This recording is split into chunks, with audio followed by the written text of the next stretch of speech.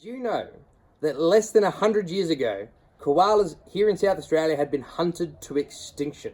Stick around, guys. We're going to talk about what happened and how we got them back.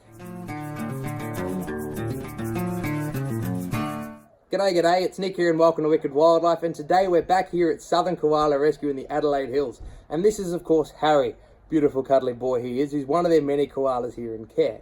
Now what we want to talk to you about is a fact that most people here in Australia are completely unaware of.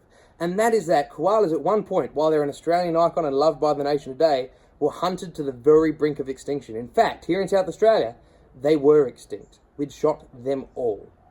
Now, while koalas did play a role as a food item to Indigenous Australians in Australia for thousands of years, it's not been until Europeans arrived in the country that humans had any real detectable impact on koala populations. When we first arrived, some were shot for the sport of it, I suppose, but it was in the 1880s when people in other parts of the world, particularly the United States, Canada, and cold parts of Europe, realised just how insulating koala fur is and that a demand for koala fur grew.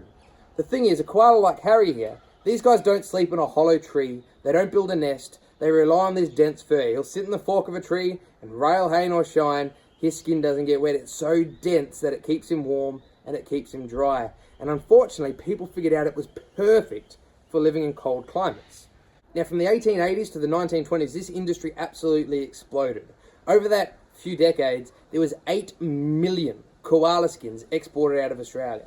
Now, to put that into context, the Australian Koala Foundation estimates that there's about 80,000 koalas in the country left. So that means that 99% of the koala population was shot out. We're facing 1% of what there was prior to us being here. Now, in some parts of the country, like where I'm from, Western Victoria, it looks like there's still a lot of koalas. And in some places, we do have to actively manage them. But our idea of healthy koala populations is possibly not the same as what we would have seen when we first arrived before this decimation. Now, by the late 1920s, koalas had been in a lot of trouble. They'd already exported 8 million koala skins. They're extinct here in South Australia. There was only a few thousand left in Victoria and New South Wales, but Queensland was a little bit reluctant to let koala hunting go, despite the fact it was falling out of favour with European and American markets. Now, in August 1927, when koala hunting was going to be banned, the last month of open season for koala hunting, there was 600,000 koalas shot in the state of Queensland in the space of 1 month. Luckily, that same year, Herbert Hoover, who ended up becoming a US president, actually banned the importation of koala skins into the United States, and it basically dried up a big chunk of the market and koala hunting fell away, and slowly they began to recover. Eventually, Victorian populations started to recover, and some koalas from French Island, Victoria, were brought to Kangaroo Island here in South Australia. Koalas from Kangaroo Island, once they bred up, were released here in South Australia, and today we have koalas in the wild here in South Australia again. Victorian populations are recovering, New South Wales is still having a lot of issues, and Queensland is some of the worst hit koala populations in the country.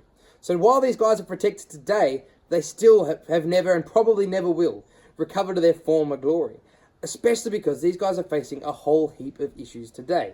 You're probably well aware that recently, and still going, there's bushfires all across the east coast, which happens to be koala habitat.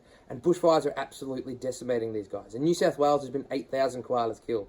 It's estimated 20 to 30,000 koalas on Kangaroo Island. And when you bear in mind estimates of 80,000 koalas in the country, that's a very significant portion.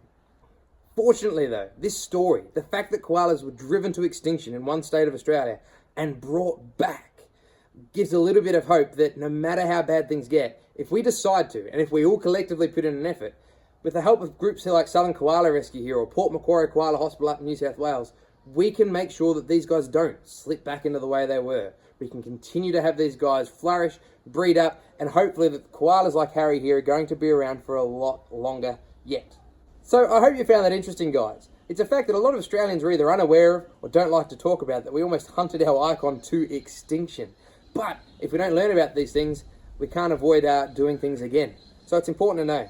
Now, on top of that, if you haven't already, please check out Southern Koala Rescue on Facebook. These guys have been kind enough to let us come and film with their koalas, and these guys are busy. With the bushfires going on, they've got koalas coming in left, right and centre, and they've given us some of their time and access to their adorable koalas. So the least you can do is go and lend your support. On top of that, if you haven't already, please check us out on Facebook, YouTube, and if you want to help our videos get more regular, help us visit more facilities like Southern Koala Rescue, check us out on Patreon. Those funds are the thing that gets us to places like Southern Koala Rescue here in Adelaide. So that goes a long way to helping us spread our wildlife message. I'll wrap things up there, guys, though. I hope you enjoyed the Snuggles with Harry. We'll see you next week. Be nice to wildlife. Have a good one and take care.